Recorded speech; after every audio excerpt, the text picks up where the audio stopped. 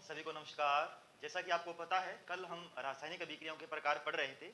उसका हमने पहला पार्ट कर लिया है, आज उसका दूसरा भाग है। तो ज़्यादा देर ना करते हुए मैं सीधी हेडिंग लगाता हूँ। अब हम आगे पढ़ेंगे। कल हमने पहला पढ़ा था संयोजन अभिक्रिया, फिर हमने पढ़ा वियोजन अभिक्रिया। वियोजन अभिक्रिया के 3 टाइप हमने पढ़े। आज हम पढ़ेंगे ऊष्माक्षेपीय अभिक्रिया। 3 नंबर कौन सी है? ऊष्माक्षेपीय अभिक्रिया। ऊष्माक्षेपीय अभिक्रिया, ध्यान दें, ऊष्माक्षेपीय अभिक्रिया क्या होती है। देखो, ऊष्मा तो ऊष्मा होती है, ऊष्मा या ऊर्जा। क्षेपी का मतलब होता है निकलना। अब आपको पता है कोई भी अभिक्रिया है उसमें अभिकारक क्रिया करेंगे और क्या बना देंगे? उत्पाद बना देंगे। अभिकारक क्रिया करके बनाएंगे क्या? उत्पाद। तो इसकी परिभाषा देखो क्या बनती है कि जिन अभिक्रियाओं में उत्पाद के साथ में ऊर्जा या ऊष्मा निकलती है उसे क्या कहेंगे? ऊष्माक्षेपीय अभिक्रिया। इन अभिक्रियाओं में क्या होता है कि जो उत्पाद बनते हैं ना, उत्पाद के साथ में ऊष्मा या ऊर्जा निकलती है, ठीक है ना। तो इसकी परिभाषा क्या होती है कि जिस अभिक्रिया में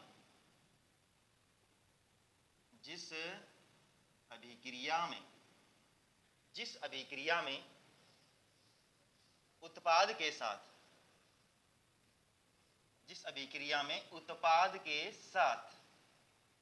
ऊष्मा या ऊर्जा निकलती है उसे क्या कहेंगे भाई? ऊष्माक्षेपीय अभिक्रिया कहते हैं। ऊष्माक्षेपीय अभिक्रिया कहते हैं। जैसे एक उदाहरण हमने कल किया था कि जब बिना बुझे चूने को या बिना बुझे चूने के जब पानी डालते हैं H2O, ठीक है ना, तो CaO और H2O यानी आपस में क्रिया करेंगे तो उत्पाद हमने कल बनाया था। इसका क्या बना था? बुझा हुआ चूना, कैल्शियम हाइड्रोक्साइड। इसका नाम होता है बुझा हुआ चूना, कैल्शियम हाइड्रोक्साइड, और ये है बिना बुझा हुआ चूना। और साथ में इसके क्या निकलती है? ऊष्मा निकलती है। मैंने आपको बताया था कि एक बड़ा सा पात्र लेते हैं, उस बड़े से पात्र में हम चूना डालते हैं बिना बुझा हुआ और पानी डालते हैं, ठीक है। तो होता क्या है, या पानी में चूना डालते हैं, होता क्या है, जो पात्र है वो आसपास की सतह क्या हो जाती है? उसकी गर्म हो जाती है और उस पात्र में से बुलबुले बनते हैं। जो बुलबुले ये संकेत देते हैं कि उसमें से क्या निकल रही है? ऊष्मा निकल रही है। तो एक उदाहरण तो ये था। दूसरा उदाहरण आपने नाम सुना हुआ एक मेथेन जो गैस होती है, जिसे गोबर गैस में पाई जाती है, ये मेथेन। इसे हम प्राकृतिक गैस भी बोलते हैं क्योंकि ये प्रकृति से भी प्राप्त होती है। कहने का मतलब ये धान के खेतों में भी होती है और जो कीचड़ गंदगी है, दलदल है, वहां पर भी पाई जाती है, ठीक है, और गोबर में भी पाई जाती है। प्राकृतिक गैस का दहन, ध्यान दें, प्राकृतिक गैस का दहन का मतलब होता है जलना। मेथेन का सूत्र होता है CH4, ये मेथेन का सूत्र है। आपको पता है किसी भी पदार्थ का जब दहन होता है तो किसकी उपस्थिति में होता है? ऑक्सीजन की उपस्थिति में होता है। ऑक्सीजन की उपस्थिति में होता है। तो मेथेन का जब दहन ऑक्सीजन की उपस्थिति में होगा तो यहां पर कार्बन भी है, ऑक्सीजन भी है, हाइड्रोजन भी है, ऑक्सीजन भी है। तो देखो, कार्बन ऑक्सीजन के साथ क्रिया करके क्या बनाएगा? CO2। क्या बनाएगा? CO2। और हाइड्रोजन ऑक्सीजन के साथ क्रिया करके क्या बनाएगा? H2O। और साथ में क्या निकल जाएगी? ऊर्जा या ऊष्मा निकल जाएगी। कहने का मतलब कि जब मेथेन या प्राकृतिक गैस का दहन होता है तो CO2 गैस निकलती है, जल बनता है और साथ में ऊर्जा निकलती है। तो ये था प्राकृतिक गैस का दहन। और ये क्या है? ऊष्माक्षेपीय अभिक्रिया है क्योंकि इसमें से ऊष्मा या ऊर्जा निकल रही है। समीकरण को संतुलित कर लो भाई। C यहाँ पर 1 है, यहाँ पर भी 1 है, H यहाँ पर 4 है, यहाँ पर H 2 है, 2 लगा दो, बस 2 दूनी 4। अब 2 O तो ये रहे, 2 ये रहे 4, यहाँ पर O देखो 2 ही है, 2 लगा दूं, 2 दूनी 4। तो अब ये कंप्लीट हो चुकी है। इसके बाद इसके 1-2 उदाहरण और हैं, वो मैं लिख रहा हूं। तो 2 उदाहरण इसके हो चुके हैं। तीसरा उदाहरण है श्वसन अभिक्रिया। श्वसन अभिक्रिया, तो जो श्वसन अभिक्रिया है, जो श्वसन क्रिया है सांस लेने वाली, वो भी क्या है? ऊष्माक्षेपीय अभिक्रिया है। इसमें होता क्या है कि जो ग्लूकोज होता है, ग्लूकोज या कार्बोहाइड्रेट, इसका ऑक्सीकरण होता है ऑक्सीजन की उपस्थिति में, ठीक है। 6 ऑक्सीजन के अणु होंगे और जब होगा तो इसमें निकलेगा क्या? 6 CO2 निकलेंगी, 6 जल के अणु होंगे, ठीक है, और साथ में क्या निकलेगी? ऊर्जा। ये श्वसन अभिक्रिया है। प्रश्न आपसे ये पूछेगा कि श्वसन अभिक्रिया किस प्रकार की अभिक्रिया है? तो ऊष्माक्षेपी प्रकार की अभिक्रिया है। इसे ऊष्माक्षेपी अभिक्रिया क्यों कहते हैं? तो आपको ये देना है कि जब भोज्य पदार्थों का ऑक्सीकरण होता है तो इसके साथ में ऊर्जा निकलती है, इसलिए इसे ऊष्माक्षेपी अभिक्रिया कहते हैं। ये आपकी किताब में दे रखा है। इसके बाद में एक लाइन और है आपकी बुक में जो इंपॉर्टेंट भी बन जाती है। क्या बन जाती है कि शाक सब्जियों व वनस्पति अपशिष्टों का। देखो, शाक सब्जियां यानी जो सब्जियां हैं या सब्जियों के छिलके हैं, फल सब्जियों के छिलके हैं, या वनस्पति यानी पेड़ पौधों के छोटे जो अपशिष्ट हैं, शाक सब्जियों व वनस्पति अपशिष्टों का कंपोस्ट में बदलना। कंपोस्ट यानी खाद में बदलना का कंपोस्ट में बदलना। कंपोस्ट मीन्स खाद में बदलना। कंपोस्ट में बदलना ऊष्माक्षेपीय अभिक्रिया कहलाता है। ऊष्माक्षेपीय अभिक्रिया कहलाता है। तो ये था भी आपका ऊष्माक्षेपीय अभिक्रिया। जितना करवाया है इसमें से क्वेश्चन बाहर नहीं जाएगा, ध्यान दें, ठीक है। इसे ऊष्माक्षेपीय अभिक्रिया कहते हैं। ऊष्माक्षेपी के बाद में हम बात करते हैं ऊष्माशोषी अभिक्रिया की। तो चौथा पॉइंट है ऊष्माशोषी अभिक्रिया।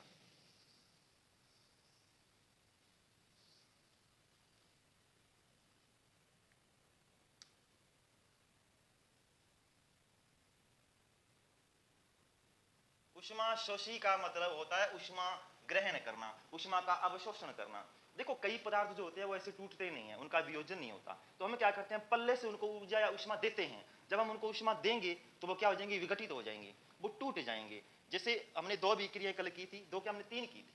पहली विक्रिया हमने की थी कि जैसे AgCl, सिल्वर क्लोराइड, ये क्या करता है, सूर्य के प्रकाश से ऊष्मा लेता है। SUNLIGHT, सनलाइट, सूर्य के प्रकाश। जब ये सूर्य के प्रकाश से ऊष्मा लेगा तो ये Ag अलग हो जाएगा और Cl2 अलग हो जाएगा। ये क्या हुआ, भी क्यों हुआ, क्योंकि सूर्य के प्रकाश से ऊष्मा ग्रहण कर रहा है। जैसे ऊष्मा ग्रहण की, इसके साथ में क्रिया हुई, टूट गया, तो ऊष्माशोषी विक्रिया है। एक उदाहरण हमने कल और किया था इसी का, AgBr, सिल्वर ब्रोमाइड। इसने भी क्या हुआ, भी सूर्य का प्रकाश लिया था, ठीक है।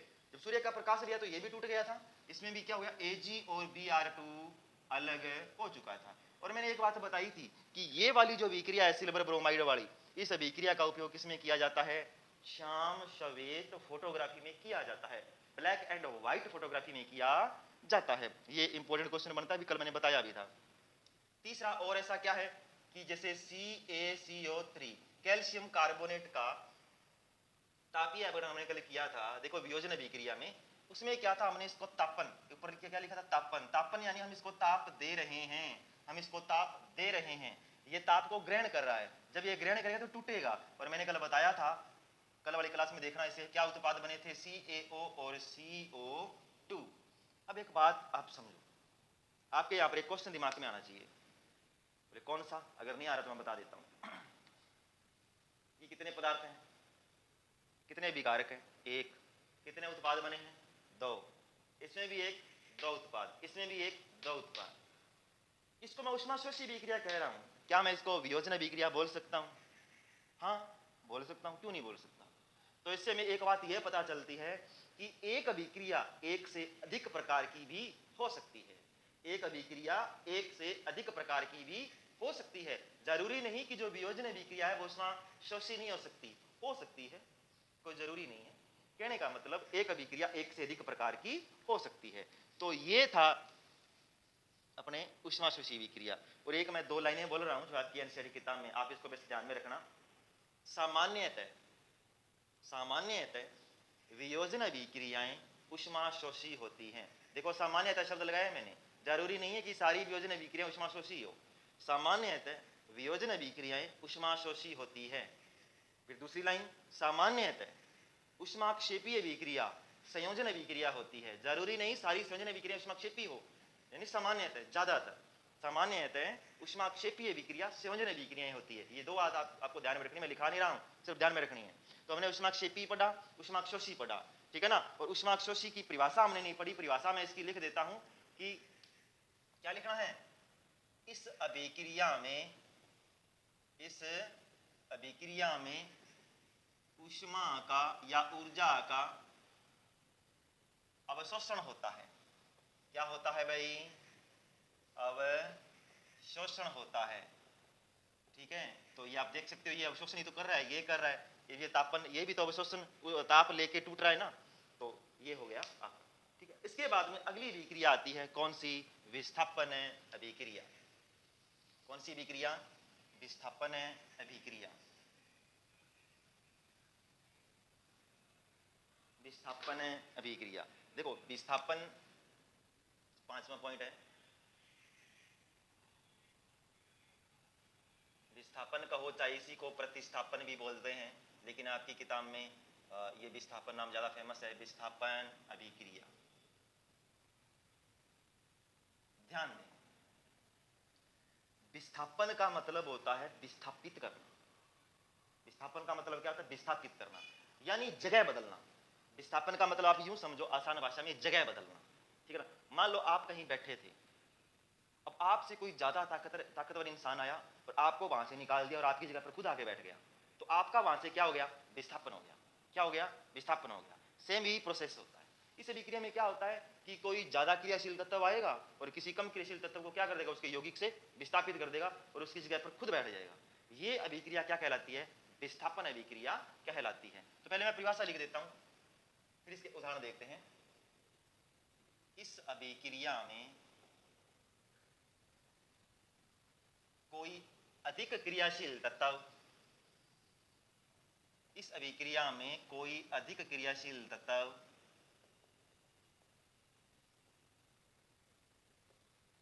कम क्रियाशील तत्व को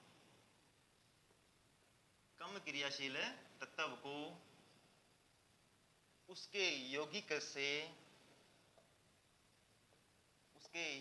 से विस्थापित कर देता है या हटा देता है भाई, विस्थापित कर देता है। ये तो थी परिभाषा। इसके देखो उदाहरण देखो क्या है। अब मैं आपको बात बताऊं कि जब हम तीसरा पाठ पढ़ेंगे ना आपकी किताब का, तो तीसरे पाठ का नाम है धातु है अधातु। उसमें एक सहक्रियता श्रेणी है, आप उस सहक्रियता श्रेणी को देखना। उस सहक्रियता श्रेणी में क्या दिया हुआ है? उस सहक्रियता श्रेणी में आपको धातुओं का क्रम दिया है कि कौन सी ज्यादा क्रियाशील धातुएं हैं, कौन सी कम क्रियाशील धातुएं और सबसे कम क्रियाशील धातुएं कौन सी है। आप तीसरे पाठ पे जाके देखना, ठीक है ना। अभी वो सारणी यहाँ पर लिखना पॉसिबल नहीं है, नहीं तो मैं लिख देता, ठीक है ना। तो उस सारणी को देखने से आपको यह पता चलेगा कि कौन सा तत्व ज्यादा क्रियाशील है, कौन सा नहीं है। देखो उदाहरण इसका जो आपकी किताब के, मैं वही उदाहरण लूंगा, हम ज्यादा उदाहरण नहीं लेंगे। देखो पहला उदाहरण ये था कि Fe और CuSO4। ध्यान दें, ये Fe क्या होता है? बोले जी आयरन होता है। चलो ठीक है, ये कॉपर सल्फेट होता है ये। अरे कौन सा सल्फेट है? Copper sulphate. और इसका रंग कैसा होता है? नीला होता है। क्यों? क्योंकि भैया हम इसको बोलते क्या हैं? नीला थोथा बोलते हैं, नीला थोथा बोलते हैं। एक प्रयोग था कि जब किसी पात्र में कॉपर सल्फेट का विलयन डालते हैं, तो अब ये नीले रंग का है। अब इसमें एक Fe की कील यानी लोहे की कील किसकी डालेंगे? आयरन की, लोहे की। जब कॉपर सल्फेट के विलयन में लोहे की कील को डुबोते हैं तो ये नीला रंग मलिन पड़ जाता है। मलिन यानी फीका पड़ जाता है। क्यों? इसका कारण यही है क्योंकि ये जो Fe है ना वो Cu से ज्यादा क्रियाशील है, और ये Fe क्या करेगा? Cu को हटा देगा और खुद इसकी जगह पे आके बैठ जाएगा। Cu यहाँ से बाहर निकल जाएगा।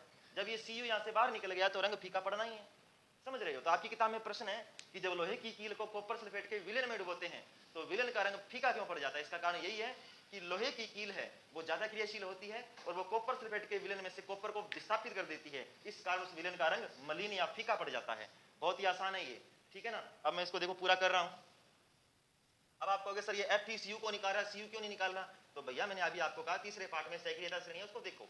ये जो Cu है ना, देखो Fe पहले तो है किसका? प्लस का है। CuSO4 में एक प्लस और एक माइनस का, क्योंकि ये तो पूरा यौगिक और ये एक तत्व है। ये Fe जो है वो Cu से ज्यादा क्रियाशील है। देखो प्लस वाला माइनस वाले के साथ जुड़ता है भाई, क्योंकि प्लस वाले को माइनस पसंद है, माइनस वाले को प्लस पसंद है। प्लस वाला माइनस वाले के साथ तो योग करेगा, यौगिक बनाएगा। प्लस प्लस जिन पर समान आवेश होते हैं उनमें प्रतिकर्षण पाया जाता है, वो दूर दूर जाते हैं, आकर्षित नहीं होते। तो ये प्लस वाला किसको निकालेगा? इस प्लस वाले को तो निकालेगा, क्योंकि इसी से ज्यादा क्रियाशील है। तो ये Fe क्या करेगा? Cu को निकाल देगा कि चलो निकलो यहां से। तो हमने निकाल दिया, Cu निकल चुका है प्लस में। अब Fe आएगा यहां पर बैठ जाएगा, तो क्या बन जाएगा? FeSO4, फेरस सल्फेट बन जाएगा।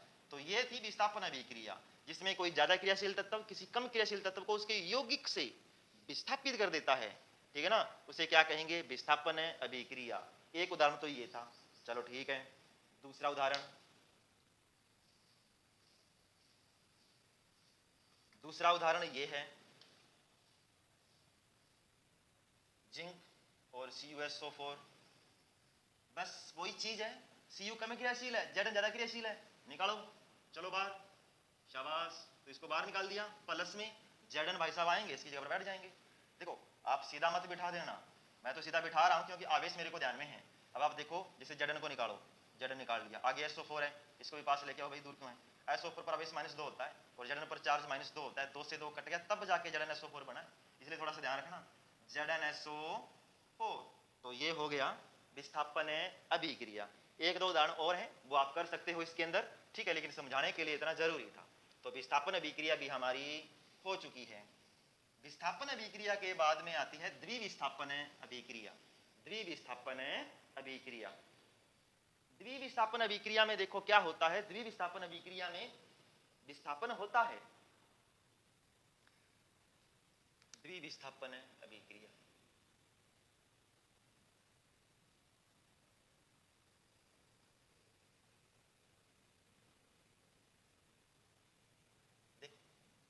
अभी अभी हमने ये पढ़ा है, द्वि को काट दो एक बार, क्या लिखा है, विस्थापन अभिक्रिया।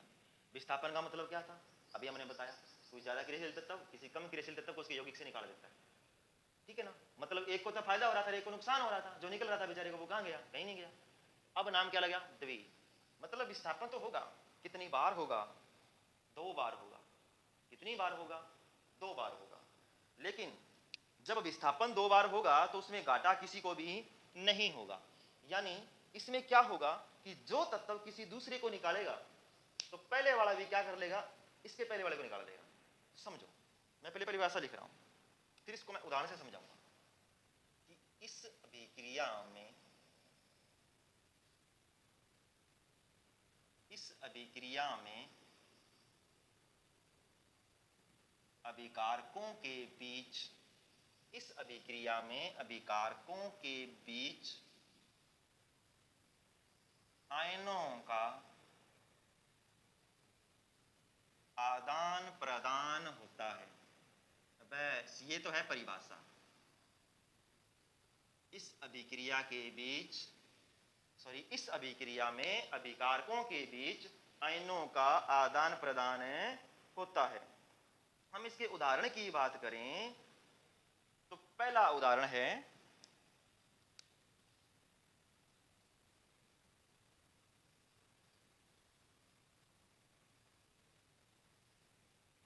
Sodium sulphate. क्या नाम है इसका, सोडियम सल्फेट। इसका नाम क्या है, बेरियम क्लोराइड।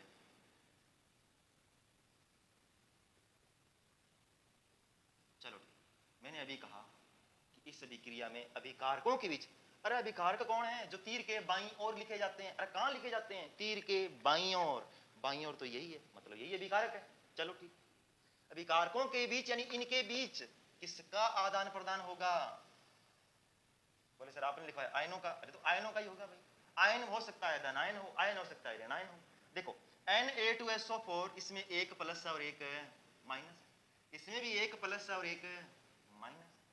अब क्या करें, अब आपको पता है वही करना जो पहले हमने किया था, पहले पार्ट में, सॉरी दूसरे पार्ट में, प्लस वाला इसका प्लस वाला और इसका माइनस वाला योग कर लेंगे, इसका प्लस वाला और इसका माइनस वाला योग कर लेंगे, यानी इसका प्लस वाला इसके माइनस वाले के साथ योग करेगा, इसको ले लेगा, इसका प्लस वाला इसके माइनस वाले को ले लेगा, आदान, बदले में ये अपने माइनस वाला इसको दे देगा प्रदान, यानी धनायनों और ऋणायनों का आदान प्रदान हो रहा है। कैसे, ऐसे देखो, इसका प्लस वाला कौन है, Na,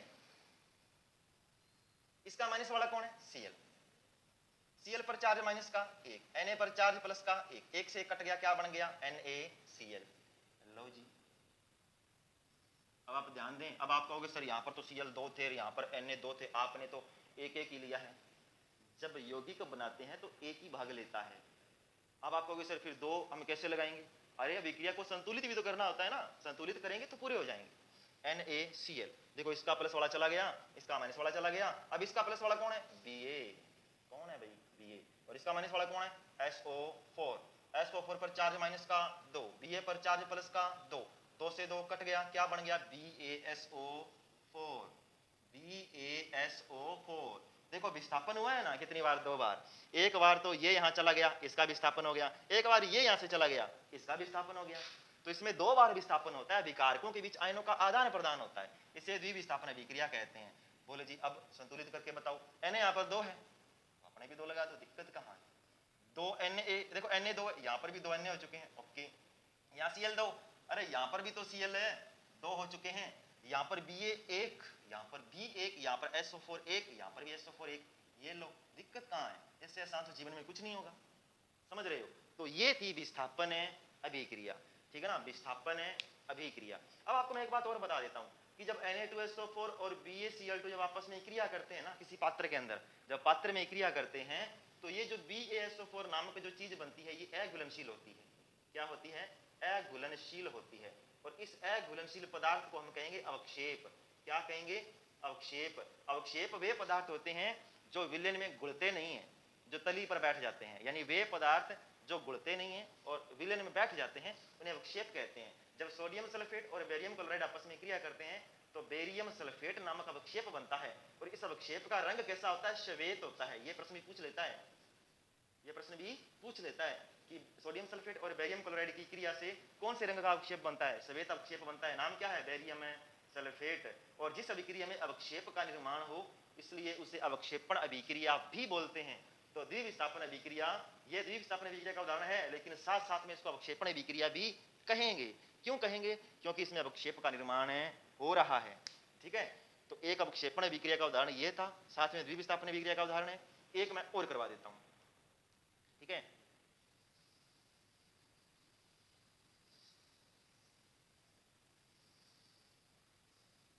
तो अवक्षेपण अभिक्रिया भी आप ध्यान में देना। अवक्षेपण अभिक्रिया वो होती है जिसमें अवक्षेप का निर्माण होता है। आपकी किताब में दे रखा है, ये थोड़ी सी लाइन इसलिए बतानी जरूरी थी भाई, ठीक है। उसके बाद हम बात करते हैं, आपकी किताब में एक उदाहरण है अवक्षेपण का, एक और है भाई, हम उसको देख लेते हैं फिर उसको समझा देता हूं मैं।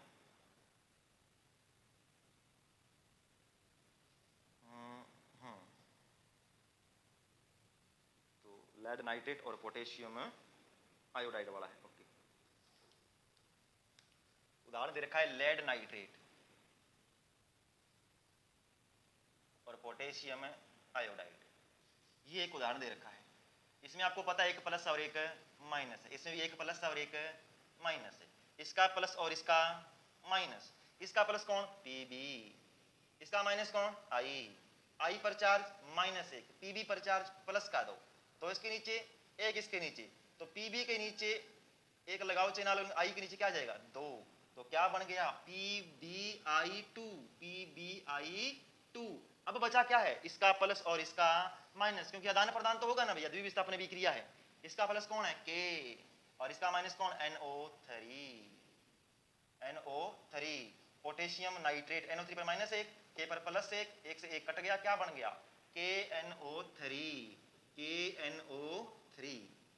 कहने का मतलब कि ये भी एक द्विविस्थापन अभिक्रिया का उदाहरण है। लेकिन जब लेड नाइट्रेट और पोटेशियम आयोडाइड दोनों आपस में क्रिया करते हैं तो लेड आयोडाइड नामक पीला अवक्षेप बनता है। कौन सा अवक्षेप? पीला अवक्षेप बनता है। इसलिए ये जो अभिक्रिया है वो द्विविस्थापन होने के साथ साथ में अवक्षेपण अभिक्रिया भी है, ठीक है ना। अगर आपको पेपर में सीधा पूछे कि द्विविस्थापन अभिक्रिया किसे कहते हैं, उदाहरण से समझाइए, तो परिभाषा लिखना, 2 उदाहरण करवाएं, दोनों में से एक लिख देना, कोई दिक्कत नहीं। अगर आपसे ये पूछे अवक्षेपण अभिक्रिया किसे कहते हैं, तो आप ये लिखोगे कि जिन अभिक्रिया में अवक्षेप बनता है उसे अवक्षेपण अभिक्रिया कहते हैं। उदाहरण बताओ, 2 लिखे, दोनों में से ये लिख दो, चाहे पहले वाला लिख दो। अगर आपको ये प्रश्न दे दे, इतना करके इतना दे दे, पूरी अभिक्रिया दे दे, और आपको ये पूछे इसमें उपस्थित अवक्षेप को पहचानिए, तो अवक्षेप कौन है? Lead iodide. और कौन से रंग का है? पीले रंग का है। पहले वाली समीकरण में क्या था? उपस्थित अवक्षेप कौन सा था? Barium sulphate. कौन से कलर का? श्वेत कलर का। तो ये अभिक्रिया हो चुकी है। पहले हमने संयोजन, वियोजन, उष्माक्षेपी, उष्माशोषी, विस्थापन, द्विविस्थापन, तो ये हमने इतने प्रकार कर लिए हैं। अब प्रकार बचता है उपचयन अभिक्रिया व अपचयन अभिक्रिया, जो कि हमारे अध्याय का लास्ट हिस्सा होगा, जिसको हम रिकॉर्ड करेंगे कल। और कल जो है हम इस पाठ को पूरा कर देंगे, उसके बाद में एक क्लास आपकी ली जाएगी। इस पाठ के जितने भी प्रश्न बनते हैं अध्याय वाले और बीच में, हम उसको एक ही क्लास में निपटाएंगे, चाहे क्लास 1 घंटे की ही क्यों ना हो। तो आज के लिए इतना ही, बाकी करेंगे कल। धन्यवाद।